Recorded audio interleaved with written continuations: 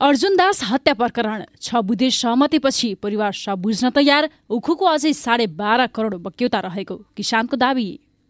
नयाँ दिल्लीमा आजबाट रात्रिकालीन कर्फ्यू सुरु। परीक्षणका क्रममा सोलु खोला जलविद्युतमा दुर्घटना, 2 इन्जिनियरको मृत्यु, 1 जना घाइते। कक्षा 1 देखि 11 सम्म एउटै मूल्याङ्कन विधि, पास हुन न्यूनतम 35% अङ्क ल्याउनै पर्ने। विद्युत प्राधिकरणले फेरि भन्यो पोल भाडा तिर नत्र इन्टरनेट काटिनेछ। अल्पत्र मल 15 दिनभित्र व्यवस्थापन गर्नुपर्ने सरकारको निर्देशन। दुर्गेश थापा भन्छन् म गायकै होइन, म त्यो हैसियतको मानिस नै होइन। 7 बुँदे माग राख्दै सिके रावतको पार्टीद्वारा सिराहामा आन्दोलन, आज चक्काजाम। घाम ताप्दै रेल गौरक्षण भए विमानस्थल, सार्वजनिक सम्पत्ति व्यवस्थापनमा थिति नै बनेन। सिरिन्ज अभाव भएपछि काठमाडौँसहित 8 जिल्लामा फाइजर खोप अभियान स्थगित। अत्याधिक हिमपातपछि जापानमा 100 भन्दा धेरै उडान रद्द। पश्चिमी वायुको प्रभावले देशभर मौसम बदली, चिसोबाट जोगिन 24 घण्टे चेतावनी जारी। क्षमता 10 तर भार भने 90 टन खेपिरहेको छ मुख्य नाकाका सडकहरू। मलेसियामा भीषण बाढीमा परि कम्तीमा 47 जनाको मृत्यु। पर्साबाट 1,50,00,000 बराबरको अवैध सामग्री बरामद। सनी लियोनलाई 3 दिनभित्र त्यो भिडियो हटाउन प्रदेश गृहमन्त्रीको चेतावनी। खोप लगाएको क्यूआर कोड सहितको प्रमाणपत्र पाउन जनतालाई शास्ति। स्पाइडरम्यान नो वे होम बन्यो महामारीको समयमा $1 बिलियन कमाउने पहिलो फिल्म। घोराही तुलसीपुर सडकमा शास्ति, मर्मत पनि भएन, विस्तार पनि सकिएन। सोमबार बढ्यो सुनको मूल्य, चाँदीको कति, आजको भिडियोमा। काष्ठमण्डपमा विवाद, नयाँ मूर्ति राख्ने कि पुरानो। ओमिक्रोनबाट अस्ट्रेलियामा पहिलो मृत्यु पुष्टि। अफगानिस्तानमा लामो दूरीको यात्रा महिला एक्लैले गर्न नपाउने, पुरुषको साथ अनिवार्य। दर्शकबिन नमस्कार, इन्फो खबर बुलेटिनमा यहाँलाई स्वागत छ। म गंगा विश्वकर्मा। सदा जस्तै आज पनि देश विदेशका ताजा महत्त्वपूर्ण समाचारका साथमा हामी उपस्थित भइसकेका छौं। यो समाचारलाई अन्तिम समय हेरी आफ्ना मनमा लागेका कुराहरू निधकरसँग कमेन्ट बक्समा लेखेर छान्नुहोला। साथसाथै दर्शकबिन हाम्रो यो च्यानललाई सब्स्क्राइब गर्नु भएको छैन भने इन्फो खबरलाई सब्स्क्राइब गरी बेल आइकनलाई पनि क्लिक गरिदिनुहोला। अब लागौं समाचारतर्फ। सुरुवातमा प्रसङ्ग कर्फ्यू जारीको। नयाँ दिल्लीमा कोरोना संक्रमणका बिरामी बढ्दै गएपछि आजबाट रात्रिकालीन कर्फ्यू जारी गरिएको छ। दिल्ली प्रदेश सरकारले सोमबार राति 11 बजेदेखि बिहान 5 बजेसम्म कर्फ्यू लगाउने निर्णय गरेको समाचार एजेन्सी एएनआईले जनाएको छ। मिडिया रिपोर्टका अनुसार नजिकिँदो नयाँ वर्ष 2022 को अवसरमा आयोजित हुने भीडभाडयुक्त कार्यक्रमबाट संक्रमण झन बढी नफैलियोस् भनेर रात्रिकालीन कर्फ्यू लगाइएको हो। गत 24 घण्टामा नयाँ दिल्लीमा कोरोनाका 290 नयाँ संक्रमित फेला परेका थिए। यो संख्या यसै वर्षको 10 जुन पछिकै धेरै हो। दिल्लीमा सक्रिय संक्रमितको संख्या 1100 भन्दा धेरै रहेको छ। गत 24 घण्टामा पुरै भारतभर 7000 भन्दा धेरै नयाँ संक्रमण पुष्टि भएको छ। दर्शकबिन अब उखु किसानको पीडा, यस सम्बन्धी प्रसङ्ग। 5 वर्ष अघि चिनी मिललाई बिक्री गरेको उखुको 12 करोड 64 लाख रुपियाँ बक्यौता अझै बाँकी रहेको उखु किसान संघर्ष समिति सर्लाहीले बताएको छ। सरकारले हिसाब गरेको कुल 65 करोड बक्यौता मधेसबाट उक्त रकम अझै पनि किसानले नपाएको संघर्ष समितिका संरक्षक राकेश मिश्रले बताउनु भएको छ। उद्योगी र किसानको दाबीमा फरक परेको 25 करोड बाहेको झण्डै 13 करोड रुपियाँ अझै उद्योगबाट प्राप्त नभएको मिश्रले बताउनुभयो। किसानले दाबी गरेको 90 करोड मध्येको थप 25 करोडको हिसाब खोज्न पनि सरकारले चासो नदिएको समितिको गुनासो छ।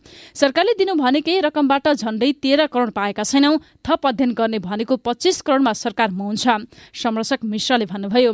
पुष महिनाभित्र नै सबै रकम भुक्तानी नभए मागबाट पुनः आन्दोलनको तयारी गर्ने पनि उहाँले बताउनु भएको छ। संघर्ष समितिका सचिव हरिश्याम यादवका अनुसार अन्नपूर्ण, श्रीराम, महालक्ष्मी, इन्दिरा र लुम्बिनी चिनी मिलले किसानलाई अझै बक्यौता तिर्न बाँकी रहेको छ।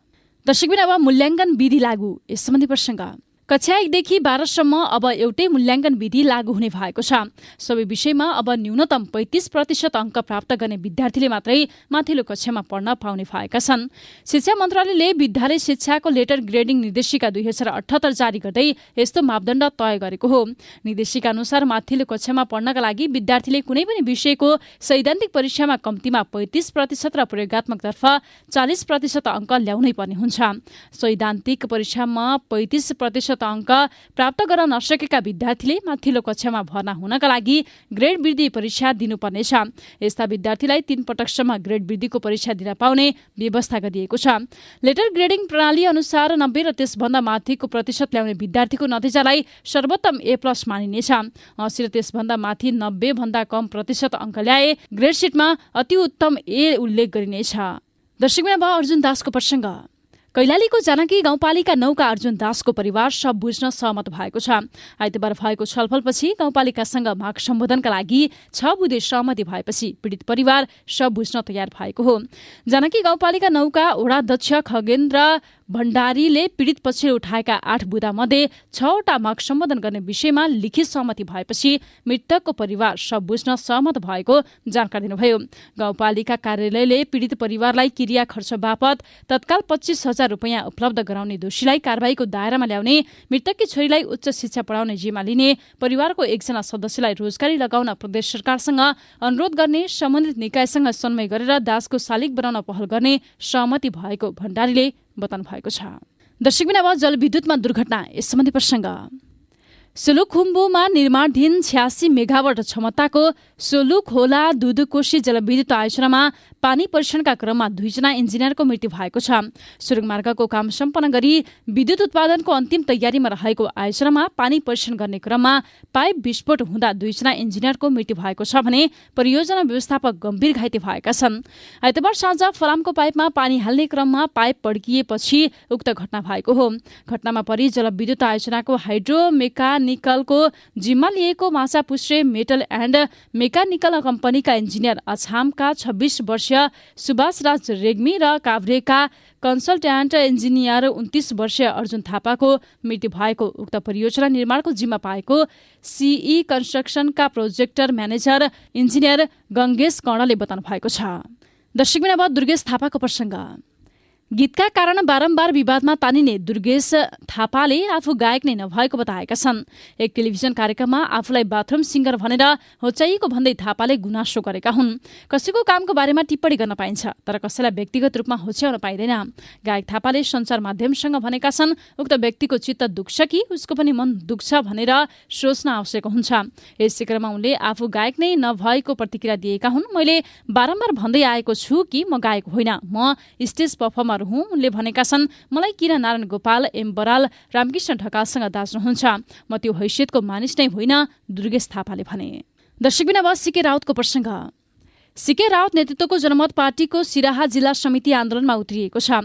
गिरफ्तार गरिएका किसान रिहा गर्नुपर्ने लगायत किसान सम्बन्धी 7 बुँदे माग राखेर जनमत पार्टीको सिराहा जिल्ला समितिले सोमबार विरोध कार्यक्रम थालेको हो। उसले जारी गरेको विज्ञप्तिमा किसानलाई लगाइएको झुट्टा मुद्दा खारेज हुनुपर्ने, किसानलाई मल बिउ व्यवस्था गरिनुपर्ने, किसानलाई क्षतिपूर्ति उपलब्ध गराउनुपर्ने, बालीको उचित मूल्य कायम गर्नुपर्ने र स्थानीय तहमा भएका भ्रष्टाचारको छानबिन गरिनुपर्ने माग गरेका छन्। यसै क्रममा उसले सिराहामा चक्का जाम आज घोषणा गरेको छ। आज बस्ने आन्दोलन समितिको बैठकबाट थप आन्दोलनका कार्यक्रम घोषणा गरिने जनमत पार्टीको सिराहा जिल्ला समितिले जानकारी दिएको छ। दर्शकबिन अब फिल्मको प्रसङ्ग। स्पाइडरम्यान फ्रेन्चाइजीको नयाँ film Spiderman no way home महामारीको समयमा अन्तर्राष्ट्रिय बक्स अफिसमा $1 बिलियन भन्दा बढी कमाई गर्ने पहिलो फिल्म बनेको छ। यसका साथै कमाईको मामिला सन् 2021 को सबैभन्दा ठूलो फिल्म बनेको छ। यसले चीनको कोरियाली युद्धमा बनेको फिल्म द ब्याटल अफ लेक चाङजिनलाई पछि पारेको छ, जसले संसारभरि $905 मिलियन भन्दा बढी कमाएको थियो। यो फ्रेन्चाइजीको सन् 2019 को film Spiderman far from home box अफिसमा $1 बिलियन कमाईको आँकडा तोक्ने पहिलो स्पाइडरम्यान फिल्म थियो र वर्तमानमा कम स्कोरका अनुसार विश्वव्यापी अफिसमा $1 बिलियन कमाईको आँकडा तोड्ने पहिलो स्पाइडरम्यान फिल्म थियो र वर्तमानमा कम स्कोरका अनुसार विश्वव्यापी टिकट बिक्रीमा $1.132 बिलियन सहित फ्रेन्चाइजीमा सबैभन्दा बढी कमाउने फिल्म हो। दर्शकबिन अब उडान रद्द सम्बन्धी प्रसङ्ग। जापानमा अत्याधिक हिमपातपछि आइतबार 100 भन्दा धेरै उडान रद्द गरिएको छ। जापानका प्रमुख 2 एयरलाइन्स कम्पनीका अनुसार जापानको उत्तरी र पश्चिमी क्षेत्रमा अत्याधिक हिमपातको कारण उडान रद्द गरिएको हो। अन्तर्राष्ट्रिय समाचार संस्था रोयटर्सका अनुसार जापानको ANA होल्डिङ्सले आफ्नो 79 उडान रद्द गरेको छ। यसबाट करिब 5100 यात्रु मर्कामा परेको एयरलाइन्सका अपरेसन निर्देशक हिरा ओकी हायाकावाले बताएका छन्। जापान एयरलाइन्सले पनि 49 उडान रद्द गरेको छ। यसबाट 2460 यात्रु प्रभावित भएको एयरलाइन्सले बताएको छ। विश्वभर कोरोना भाइरसको ओमिक्रोन संक्रमणको फैलिने जोखिमलाई मध्यनजर गर्दै हजारौं उडान रद्द भएका छन्। दर्शकबिन अब सडकको प्रसङ्ग।